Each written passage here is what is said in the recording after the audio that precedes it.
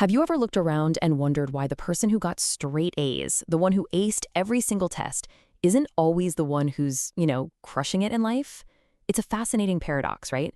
Today, we are diving deep into that very thing, why the valedictorian sometimes gets stuck while the C student ends up building an empire. Let's get right into it.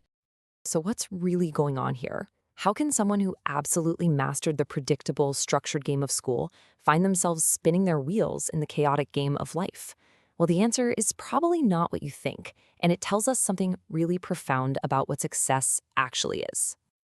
To really get our heads around this, let's imagine two students. We're going to call them James, he's our star pupil, our valedictorian, and Eric, who's our, let's just say, solid C student. Their stories, their two very different paths, they reveal everything. Okay, so this right here breaks down their entire mindset. For James, it is all about perfection. His absolute biggest fear is getting something wrong. So what does he do? He analyzes everything to death, trying to create this one flawless plan. But Eric, he's playing a totally different game. His focus is just on progress. His fear isn't failing. It's never even getting started. So his strategy is simple. Act, adapt, and just get anything finished. So let's start with James and unpack what we call the valedictorian's trap. This is the fascinating place where being smart, in the traditional sense, can actually turn into a huge weakness. Think about it. In school, James had a clear formula. Follow the rules, turn in perfect work, and you get an A+. And look, those skills, being diligent, being thorough, they're absolutely valuable. But the real world, it doesn't have an answer key.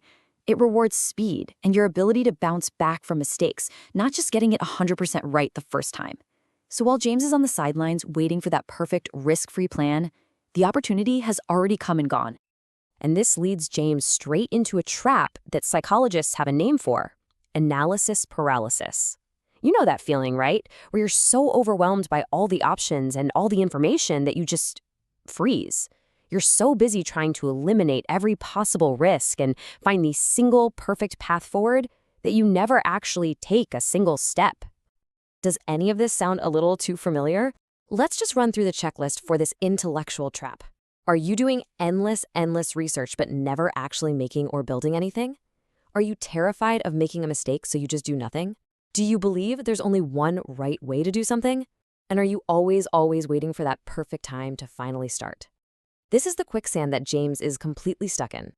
Okay, so while James is stuck, Eric is making moves. Let's switch gears and talk about our C student. This is where we see the C student's edge, the incredible, almost unfair power that comes from taking messy, imperfect action. See, Eric was never chasing that perfect score. He was totally fine with just good enough to pass. And because of that, he learned this critical lesson that James totally missed. You learn more from 5 minutes of actual feedback from a customer than you ever will from 5 weeks of theorizing in a library. This is the absolute core of his mindset, this idea of failing forward. For Eric, a failure isn't some catastrophic ending. No way. It's just a data point. It's a lesson he can use to make his next attempt that much better. He wasn't scared of looking dumb. He was terrified of staying still. So what did this actually look like day to day? Well, Eric's playbook was almost ridiculously simple.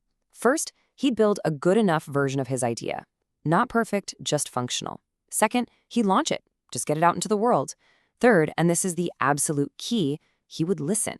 Listen to what the market, the users, what the real world was telling him. And fourth, he'd take that feedback and just make it better. That's it. Rinse and repeat. So, what's the big takeaway from all this? On one hand, you have James, the brilliant planner, totally frozen in place. And on the other, you have Eric, the C student, who's constantly moving, constantly learning. Let's bring it all home. I mean, just look at where they put their energy. It tells the whole story. James pours almost everything, like 90%, into planning, with barely anything left for actually doing. Eric, he flips that script completely. He puts most of his energy, 80%, into action and figures out the details of the plan as he goes. Now, this doesn't mean planning is useless, not at all. It just means that for Eric, action informs the plan. So here it is, the most important point of this whole thing. Success in the real world isn't about having the highest IQ or the most perfectly crafted strategy. The real edge, the real game changer, is psychological. It's having the courage to start, to launch, to act, long before you feel 100% ready. And that, of course, brings it all back to you. As we wrap this up, I want to leave you with this question. Just forget the perfect plan for a second. Forget about waiting for the right moment. What is one small, messy, imperfect step you can take towards your goal? Not next week, not tomorrow, but today. The answer to that question might just be your first step out of the intellectual trap for good.